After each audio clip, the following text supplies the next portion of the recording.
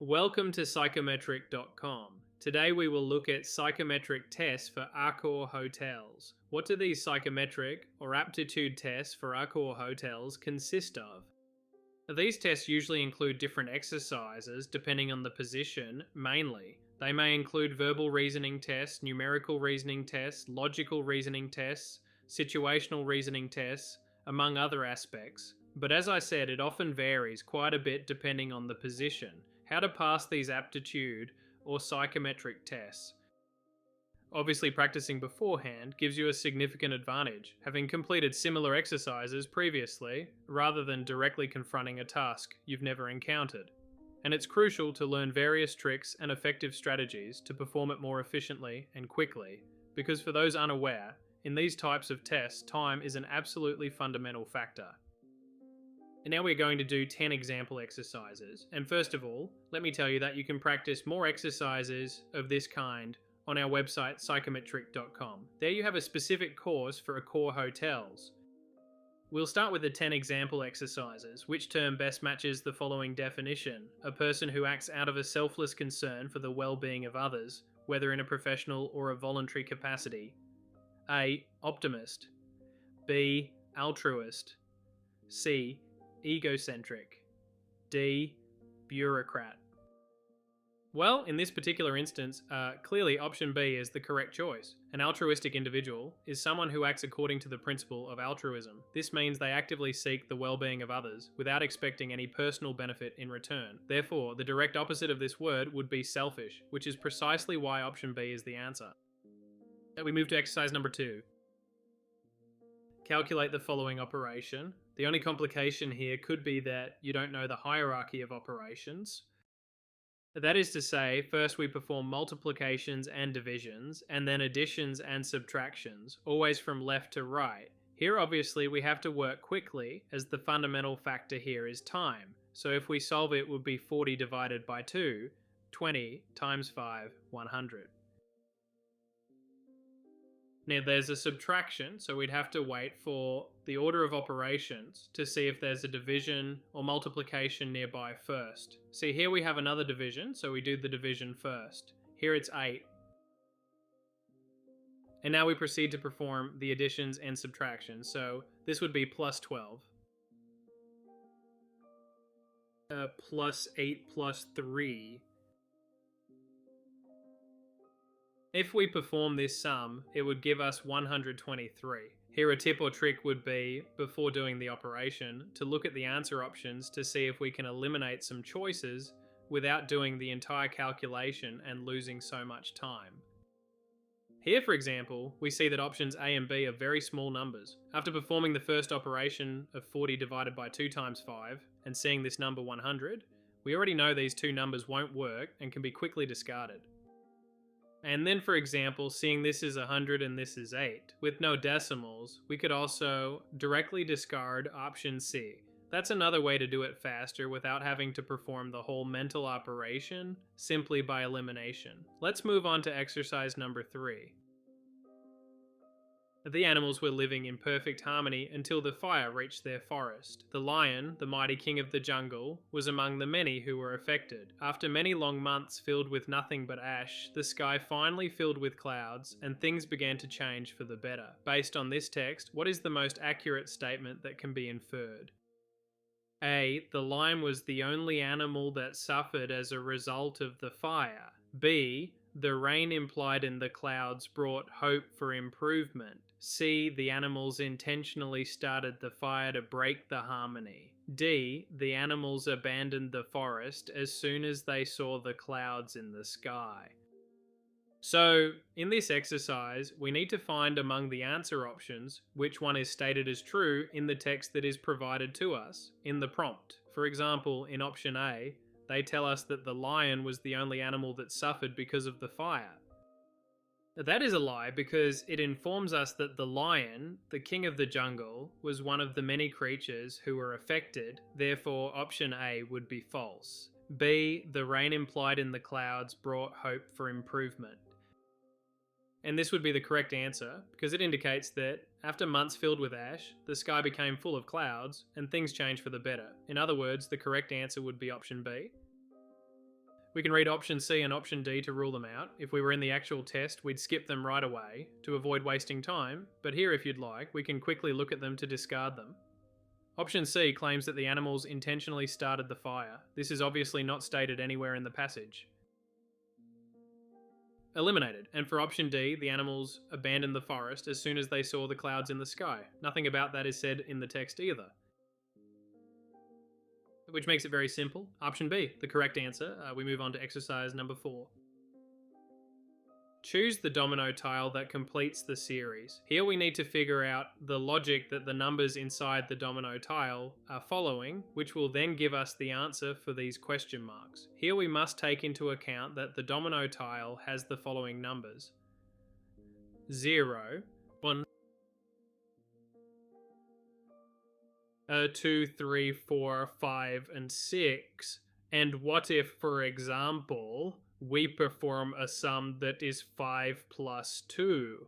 We'll start from the beginning, that is 5 plus 2 would take us to 0, 5 plus 3 would be 1, 5 plus 4 would be 2, and 5 plus 1 would be 6. 5 minus 2, for example, would be 3. This means we have 7 possible faces on a single domino tile.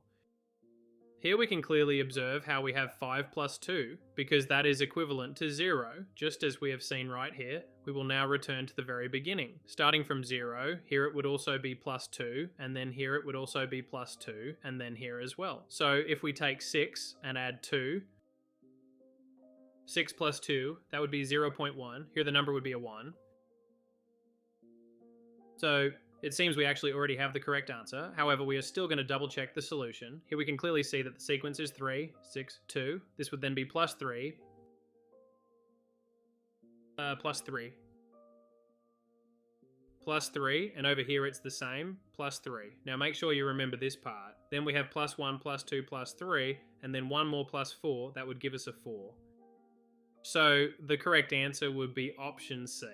For these types of exercises, the only choice is to practice, and the more you practice, the typical logic of these exercises will come to mind on its own. They are usually horizontal, involving additions or subtractions, or alternating, or this way can also happen. Alright then, we're going to move on to exercise number 5. The following chart displays the fruit preferences of 68 children from a single class. How many children prefer strawberries? It's important for us to consider that this entire graph displays a population of 68 children. Now, if we are informed that precisely half of these children prefer oranges, then this implies a count of 34 individuals, given that the overall total is 68. So, the question then becomes, how many of them actually prefer strawberries? Well, that is to say, if we have 68 in total, 28 prefer pears, 34 prefer oranges, then we add 28 plus 34, which gives us 62. And then we subtract 68 minus 62, and this gives us 6. The correct answer, therefore, would be option A. As you can see, this particular exercise is also quite straightforward. The only thing, as I mentioned to you right at the beginning, what truly makes the difference here is the allocated time, because often they might only give us perhaps 1 minute to successfully complete this exercise. So we must be quick and trained to carry them out in an efficient way. Let's move on to exercise number 6. Identify the figure that completes the series. We have a black square, a white square, a double triangle, a black circle, a white pentagon, and we are asked what comes next. Now, in this particular case, if we focus on the type of shape involved, it becomes difficult to find the underlying logic, as it includes 2 squares, a triangle, a circle, and a pentagon. Therefore, we don't know which shape it should touch next, because we don't perceive any clear logic at all. However, if we carefully observe the internal pattern, that is to say, it's black, white, double, then black, white, double again. Therefore, whatever element needs to follow here will certainly be double. And then, if we proceed to examine the available response options, we can clearly see that the correct answer choice is option D, which means we had already identified the right answer. If, for example, among the answer options we had another figure with a double interior pattern, for example, like this, We'd have to figure out what kind of logic we could use to eliminate one or the other, whether it's the number of sides or perhaps something else. But since we already have the correct answer here, we'll move on to exercise number 7. Considering the following codes, bright is encoded as 1, 2, 3, 4, 5, 6, and danger is encoded as 7, 8, 9, 4, 0, 2. What word corresponds to the code 42839? In other words, each letter here corresponds to a number. Therefore, we need to decode these numbers into letters to find out which answer choice matches this number. We might think the quickest way is to go number by number, spelling out the entire word, but the fastest way usually is to eliminate answer options. And for example, we can clearly see that the final letters are N, D, N, E. This specific observation would then allow us to effectively eliminate a number of potential answer choices. We can readily notice how the word itself concludes with the digit 9, and given that the digit 9 directly corresponds to the letter N, it logically follows that the correct response must ultimately end with N. Consequently, options B and D would already be eliminated from our consideration. Now we would have to look at the response options C and A and see how they differ. We see that they differ in the first letter D and G. And like the 4 they ask us for here with the first letter corresponds to the G. Look.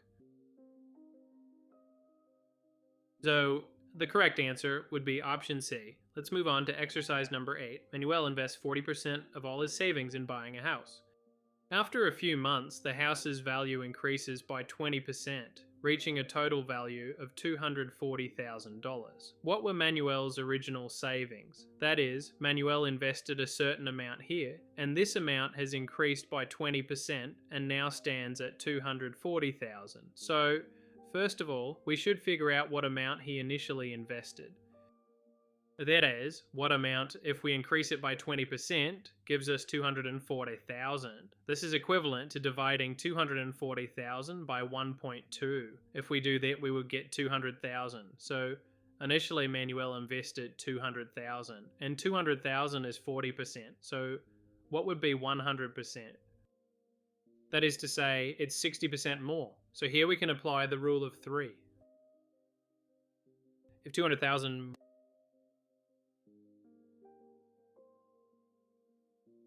it represents 40%.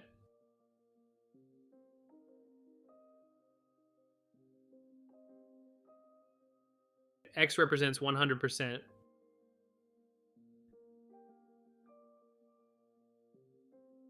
If we multiply 200 by 100 and then divide that by 40, the final result is 500,000. Therefore, the correct answer would be option D. Also, I haven't explicitly stated this, but here, once we know that the original investment was $200,000, we can actually rule out option B and option A by approximation, because we know that if he invested 40%, it will be more than double 200,000, so it cannot be either A or B. And we might even have deduced that it is D by approximation, since we know it will be a little more than double 200,000, but not much more, because it's 60% more. So we could have deduced it by approximation alone and discarded this, and that's it. I recommend this type of response if you are very pressed for time. It's a way to answer more quickly and differentiate yourselves from the others. Let's move on to exercise number 9. Calculate the sum of all the numbers that are found simultaneously within the circle, the triangle, and the square. That is to say, we're looking for those numbers that are inside the circle, the triangle, and the square. In other words, these 3. Well, this would be very simple. It would be 6 plus 3 plus 2, option B. This kind of exercise is very straightforward. The only thing is that we might be in a great hurry, or we might get overly nervous, or perhaps we think it's far more complicated than it truly ought to be, and things like that. But this is genuinely very simple, and it's merely an exercise in concentration and your visual ability, truly. Let's move on to exercise number 10. Which option continues the series? This figure is to this figure, just as this other figure is to a question mark. We must deduce the specific pattern or relationship that connects this figure to that one in order to determine which figure, by applying this same pattern, will be found among the provided answer choices. I haven't explicitly stated it here. Of course, you can pause the video and try to solve it yourselves, and now I'll give you the answer. Here, if we look closely, the interior lines extend outside the circle, so to follow the same logic, this interior line should also extend outwards. And if we look, the only one that fits this pattern is option D, so the correct answer would be option D. Well, we've reached the end. You can do more psychometric tests for Accor Hotels in our course. I'll leave it in the pinned comment. I hope this has been helpful, and we look forward to welcoming you to the course. Warm regards.